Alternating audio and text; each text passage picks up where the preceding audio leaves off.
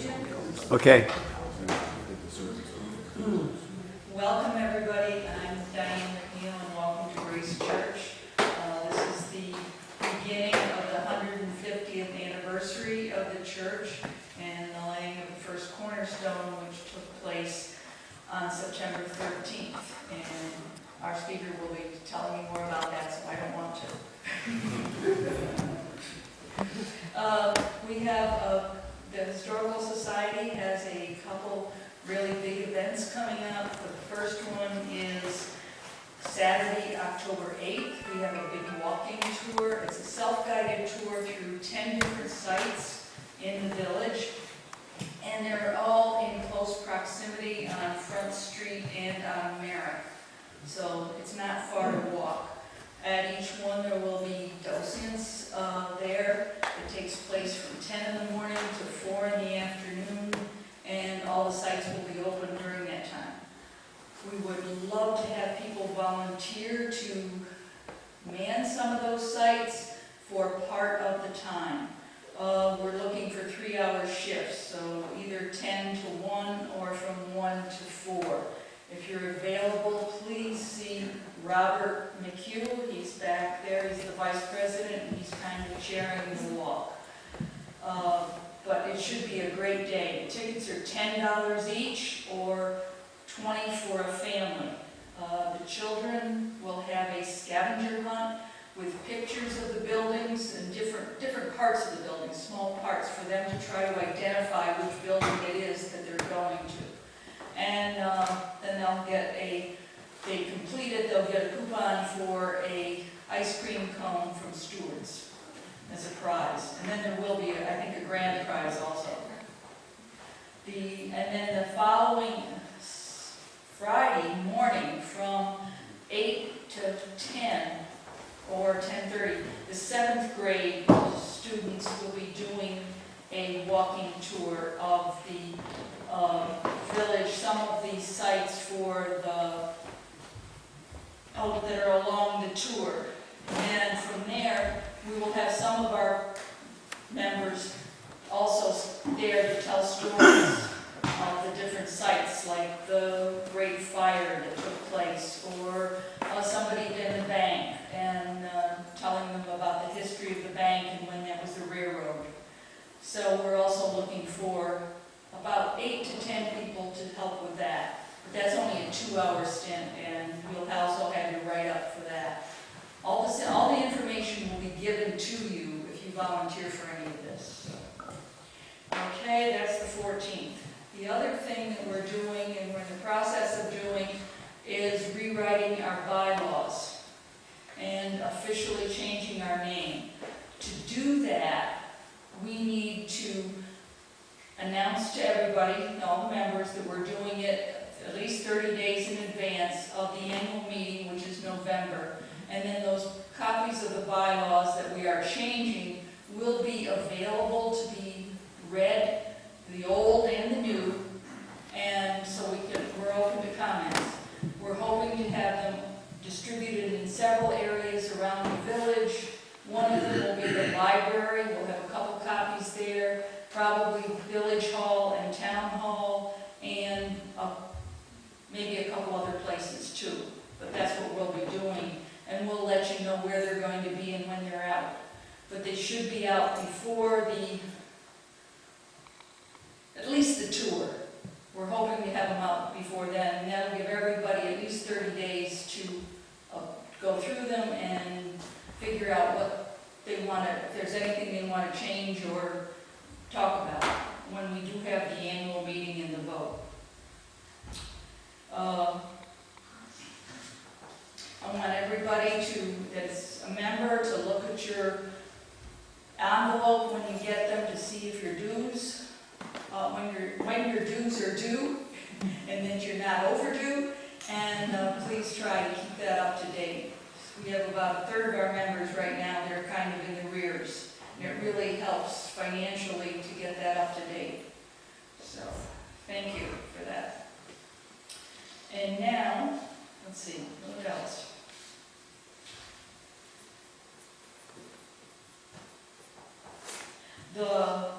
We are now, as I said, we're celebrating beginning of it, throughout this year, we will have other programs, and most of them will be on Sundays and at 12 noon. And what they are is October, this is a poster that will be around town, and it's also here, and it'll be announced in many different places. But the Women of Grace will be in October 23rd. The stained glass windows, talking about all the windows and where they came from and how they were made and the history of them, will be November 20th. The Needlework Guild and Alder Guild presentation will be in January. The Rectors and Wardens will be in February. The importance of race and grace will be in March. Music and grace will be in April. And Past and Prologue will be in May. And then in June, when the first church was dedicated, will be a presentation with the bishop, the visitation and benediction for the year. Okay, without further ado, I'm going to call Elliott, the Reverend Canon Elliott Lindsley, to please come up. He's a noted historian, author, and he's also our associate pastor.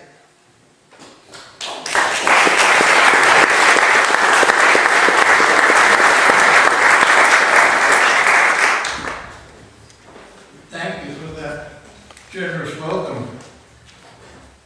After I've done you, I might not be so generous.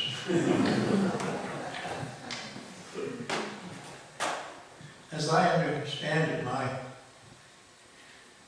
task this evening is to talk to you about the history of Grace Church. Of course, it isn't possible to do a full job of that in the time given to me. What I will try to do is tell you about 3 moments of the church's 150 and counting years that defined its future. You may have some questions, and I'll be glad to try to answer them after I talk to you. I give my talk the title Grace Church Epics. An epic, in this sense, is a moment in history that is heroic in the sense that it embodies a decision that defined the future course of that church or institution. The first of my epics, of course, is the beginnings of the church here. A church of any kind, or community of faith of any kind, either leads the people to where it wants them to go, or it follows the people to a place where they already are. The Hebrew Christian tradition is strong on the community of faith going out to establish a place for itself. The Hebrews moved up from the Sinai Peninsula and conquered Canaan, driven by the belief that God wanted them there to establish Zion.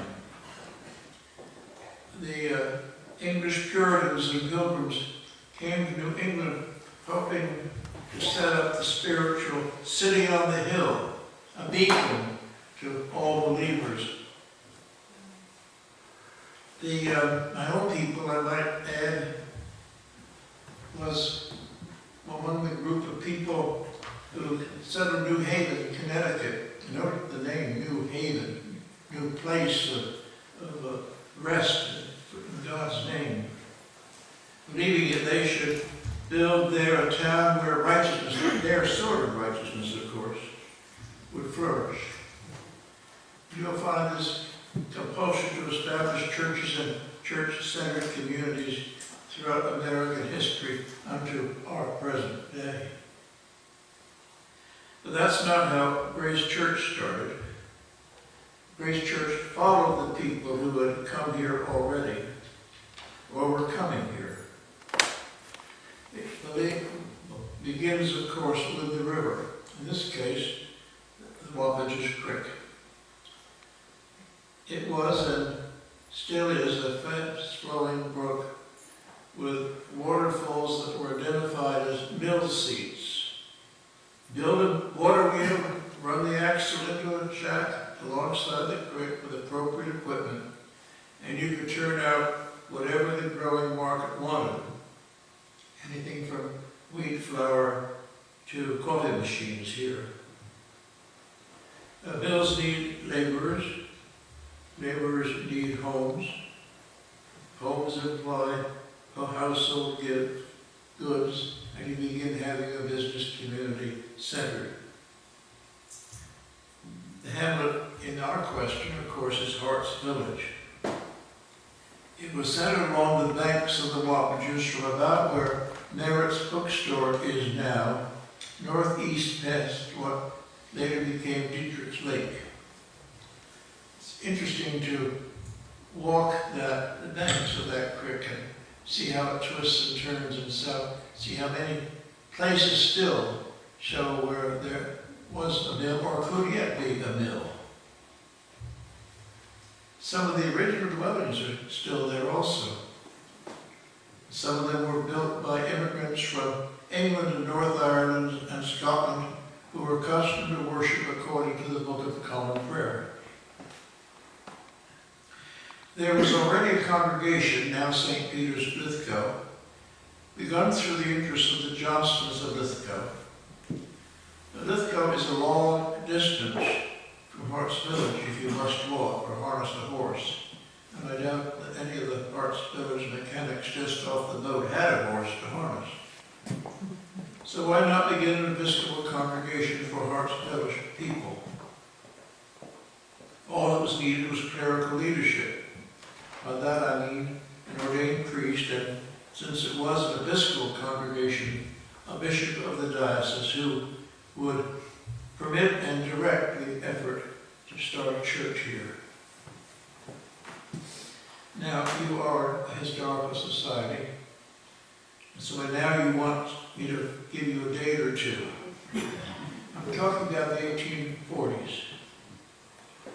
The Episcopal Church in this country, particularly in New York, was growing faster than anyone thought possible. In fact, the first Bishop of New York, Samuel Provost, believed the Episcopal Church would disappear after the original colonial families themselves disappeared, after they died out. For the Episcopal Church was, of course, associated with discarded royal rule. The pessimists hadn't reckoned on the phenomenal flood of immigration from Great Britain immediately after the war, and it was indeed phenomenal.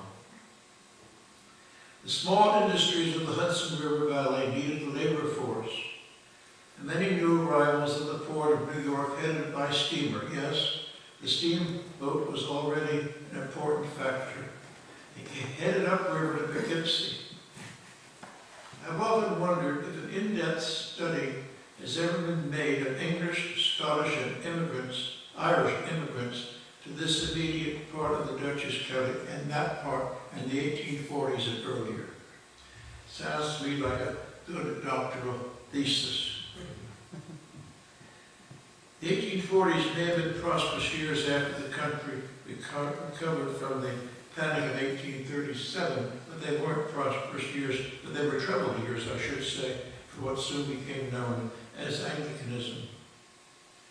For there was a strong movement named after Oxford, the Oxford movement, its birthplace, for the Church of England to rebel against state domination and recover the historic Catholic basis and authority. You might say those Oxford churchmen staged their own revolution. It had great and good results. It also brought with it the rediscovery of ancient practices, I mean doctrinal emphases and ceremonial innovations that many Episcopalians didn't like, Catholic or Protestant. It came through the Catholic and the Protestant in our own church, in the Episcopal Church, began to war with each other over the principles of the Oxford movement. On the other side, the Protestant side, there were many able men who wanted to emphasize that character of the Episcopal Church.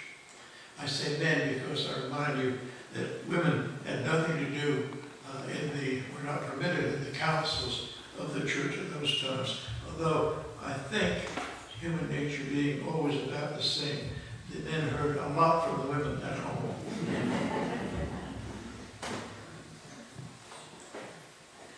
Now, there was at that time in this diocese a bishop, Bishop Underdog, old Dutch family, who was identified with the High Church movement.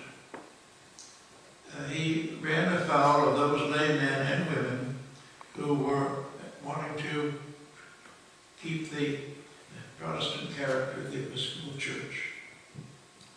He also made enemies among his fellow bishops. I've done a study of Bishop Underdog. He was a very dedicated, very hard-working man, but he was indeed very stubborn. He was a little bit behind the times in many ways, too. He made too many enemies, and that's a dangerous thing to do. He made too many enemies among his fellow bishops, and they tried him. He was suspended from office on trumped-up charges. The charges had nothing to do with his thoughts, or what he did in the councils of the church or in the sanctuaries of the church. But he was tried for sexual improprieties and drunkenness. Oh, the Episcopal Church was a jolly place in those days. It was a terrible trial, terrible moment. He was suspended, and for 15 years nearly, the Episcopal Church had no bishop with force and character in this diocese. And those were important years, the 1840s and early 50s, when so many immigrants were coming in who wanted an Episcopal Church. You can see that this was a blockade to any kind of work, meaningful work in this part of the country. Nevertheless, there was still a demand for the church in Harts Village. A group of Episcopal priests were in the area already. One was the Loose Canon Homer Wheaton, formerly of Poughkeepsie, later resident of Lithgow. Wheaton almost certainly held services in Harts Village. He held services all over the place. But he will always be remembered, I think, for the charming St. Thomas of India Union, which he had built for the congregation established there. To be a founder of what became Grace Church, however, must be Sheldon Davis, rector of St. Paul's, Pleasant Valley. We will call him Dean and Missionary Extraordinaire of the Episcopal Church at that time in Dutchess and Putnam counties.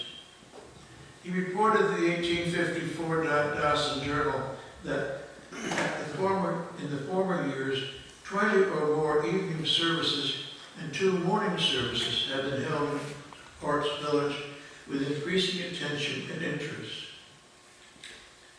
Davis was disappointed in the Harts Village project the following year. That's probably because he and his fellow missionaries were spreading themselves too thin. Apart from St. Paul's in Pleasant Valley and St. Peter's Lithgow, they were caring for congregation in Stamford, Bangor, Washington Hollow, Manchester, Pine Plains, and other places. Samuel Miller took over from Sheldon Davis in 1859. He was rector then of St. Peter's Lithgow. By 1863, when Eugene Pattison succeeded him, the Harts Village Church seemed to have been fully organized. That's a quotation, fully organized. We don't know exactly what is meant by that. Pattison lived in Pine Plains and was rector of the Church of the Regeneration there. But almost immediately he realized that the as yet unnamed congregation in Harts Village must be formally organized. He was sufficiently optimistic for the Harts Village congregation to move to Mabbittsville, and move himself to Mabbittsville. And there it seems he single-handedly gave it the name Grace Church. We don't know where he got the name. I suspect it was because of the very prominent Grace Church in 4th Avenue, New York. Patterson's energy was matched by his gifts of persuasion. He raised money to build a church from other Episcopal churches along the Hudson from New York City. Very soon he had in hand enough to build where Rodrigo Knowles now is. He had plans for what seems to have been a beautiful little church, fully equipped with stained glass and all the other things that an Episcopal church requires. It was designed by the Reverend Charles Babcock, Upjohn's son-in-law, also an architect who went on to found the School of Architecture at Cornell University. It is unfortunate there is no known picture that I know of the first Grace Church. So you see that our first epic, that's the first epic, is a long one, but its essential story ended in a church at Harts Village. Our second epic begins with a mystery. The church under Rodrigo Knowles was consecrated by Bishop Horatio Potter in 1867. It burned to the ground 3 years later. I have found no satisfactory contemporary or after-the-effect explanation of the fire. A newspaper article written 30 years later provides the accepted story that the fire was set by a man named Alan Griffin, a black employee of Mrs. Jane Smith, with whom the rector, the Reverend Joseph Lindholm, boarded. Our own Virginia Augustin's research has led to the discovery that Alan Griffin lived next to Jane Smith and was not black, but an Irishman. Edna Hildsley, of blessed memory, and so much of you do remember, quoted a story about the fire having been set by a disgruntled parishioner. It remains a mystery to me. I hope someday this can be settled. With the church in ashes, what was to be done? Rebuild, but where? Grace Church repeated then its history. It followed the people. You all know that the railroad came to Millbrook about the same time the first church, Grace Church, was built.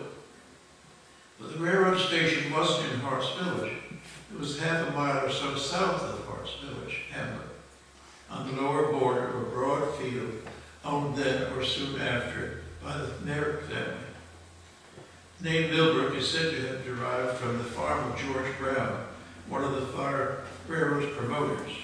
His farm, Millbrook, was further down 44. I wonder if, I beg your pardon, the name Millbrook, as I said, came from that farm. Merritts very properly saw the value of their land. They laid out streets and named them after members of their own family. The tradesmen were enticed to transfer their shops from Harts Village to Millbrook. The first to do so was George Tompkins, who ran a small general store. He was also a founder of Grace Church in Harts Village. I wonder if Tompkins didn't suggest to Isaac Merritt that a gift of land to Grace Church would be appreciated. For Merritt did give a parcel on the northeast corner of Merritt Avenue and Church Street. A parking lot is there now. And that's where the second Grace Church was built and occupied very soon after the first church was destroyed. I have to say that all my work in church history, I know of no church that rebuilt so quickly as the people built Grace Church, the second Grace Church after the first one was in a matter of months. It was a barn-like structure lacking what appears to have been the architectural niceties of its predecessor. But it was a church, and it was in the middle of what was already becoming a thriving village where a church ought to be, especially in an era when most worshipers walk to church service.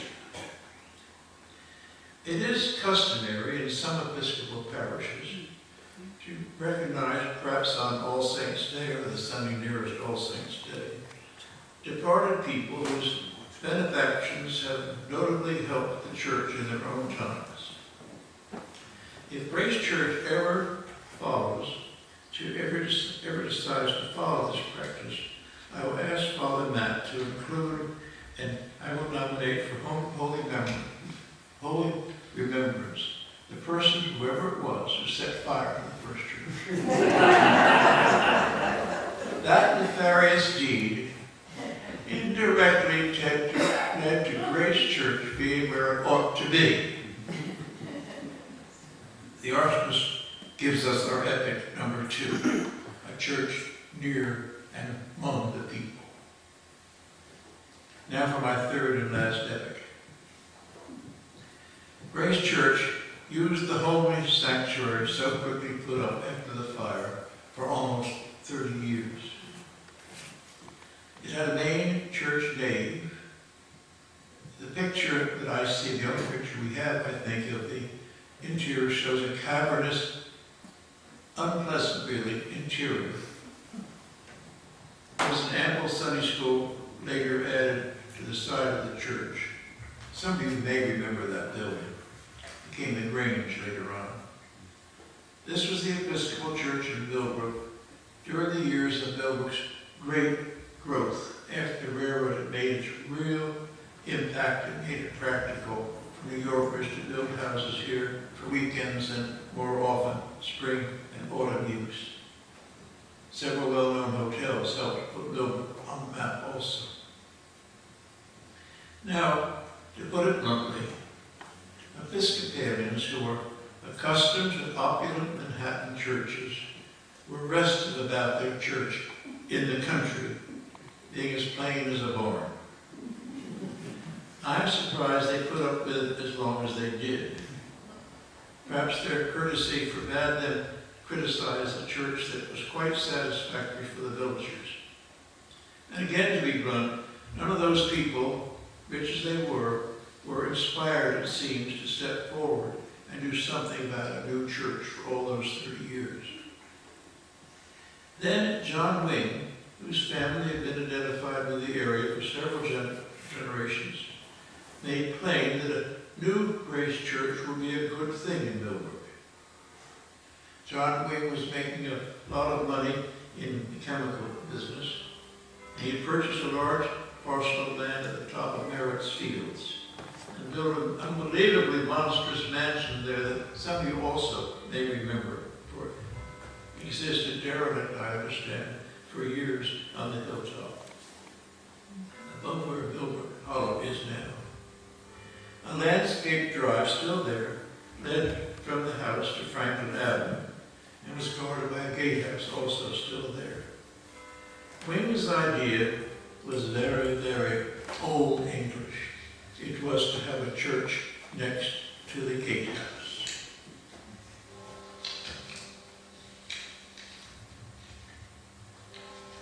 If I've lost a page, I'll blame my wife. So there it is.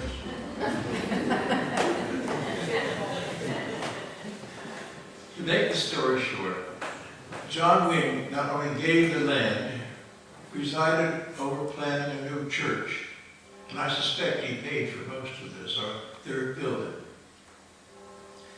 Now, it's not nice to look gift horses in the mouth, but subsequent generations have cause to wish that John Wing had spent a little more money on this building. It is said that only the rich can afford cheap things. It's true. That is not helpful when the rest of us have to maintain what tight-fisted rich men build. What Wing and the architect Abner Haydel intended was a church in tune with the then current and popular arts and crafts movement. That is to say, they designed a building whose interior suggests that the brick walls and floors, exposed beams, undecorated doors, they made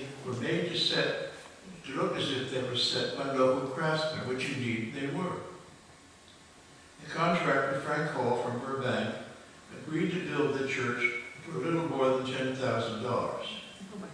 In keeping with arts and crafts and taste, no matter what the Historical Society's plan, no colored glass of medieval type was expected in the buildings. But as you know, that principle was very soon forsaken, initially by the three windows that you see. You can't see the three windows there, high up in the wall there. The new church was all very nice, except the village people didn't like to walk up the hill. They complained about that.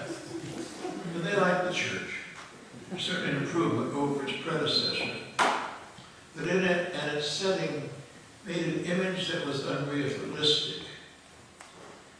For the church at the gate of the Lord of the Manor's estate, removed from where ordinary people lived in its old world style, tended to present to the wider world a church uninvolved with day-to-day life.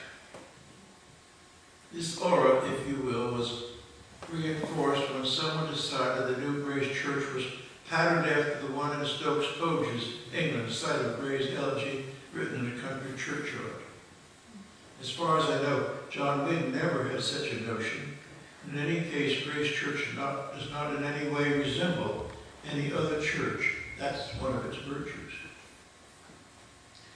The rector who happened to come to the new church when it was new was, you guessed it, an Englishman, William Cunningham Rogers, well-meaning, but out of his depth in this place. His taste and ideal in services was decidedly elaborate, high Anglo-Catholic. In keeping with English custom, he had in his house on Merritt Avenue, later in New Rectory, several students preparing for college. In fact, after 5 years, Dr. Rogers left Grace Church to become president of St. Stephen's, now Bard College. I knew people who knew him there. They recalled an old world individual, easily shocked by the prankster American students. I'm to add the sad fact that he wore himself out trying to keep St. Stephen's going. He retired quite early and died soon after. He was succeeded by a young man of almost opposite type and character, Charles Gilbert, later Bishop of New York. He was the right man in the right place at the right time. Gilbert looked about Millbrook and was dissatisfied. He was not intrigued by picture postcard acquaintance. He thought churches should concentrate more on serving people's secular, non-church lives. For instance, when he heard people complain about drunkenness in pool halls, he said, why not build a parish house open to everybody and put in a pool table and a couple of bowling alleys? Let it be managed by a separate board and have only a few rules, no more than anyone would care to come by. So he did what becomes our epic number 3. He built this parish house that you'll see, you know it already, of course. Gilbert was a remarkable man who could explain his vision so sensibly that people who might be offended by any other instigator shared his ideas very quickly. And they gave him the money to build the parish house, which he did quickly and with money left over when all bills were paid. When it was open, Gilbert spoke words that must be about the finest ever spoken here. He said the parish house was for the benefit of the whole community, regardless of everything save only the fact that members of the great social family should seek to dwell together more effectively to their mutual benefit. We would have this new building stand for a keener, not for a keener parochial aggressiveness, but for a larger interest and a truer sympathy. Charles Gilbert was, I suspect, initially responsible for the survey later popularly known as the Lyle Report. The report was the result of carefully documented professional questionnaires conducted by a social service expert. Dr. Lyle, a longtime faithful pastor of the Reformed Church here, that stood, I think, where the tennis courts that were later, joined Gilbert in making the report, making the report possible, and doing it so well. When the report came out, it had some pretty damning things to say about the postcard village, including general lack of sanitation in the houses, polluted water wells, limited play yards in the schoolyards, and so forth. Even our library wasn't spared. The report said there was only one shelf, half a shelf as a matter of fact, signed to books in Italian, in a community where Italians form such an important and prominent part of the population. Gilbert had just left Grace Church when the report was issued. He became executive secretary of the Diocesan Social Service Committee and served in that capacity until he was elected suffragan bishop of the diocese. He never forgot and always loved Millbrook. Now, it is said a speaker should never apologize for his mistakes and lapses because you have already detected what they are. You will have noticed that I have neglected to mention the existence of the other churches. I've spoken as if Grace Church acted in a vacuum. I've also neglected vital national, local events that may have touched on our subject. I do regret these omissions and apologize for them, and I'm sorry for them. But I pleaded a matter of time, and I've already spent all of mine. Thank you.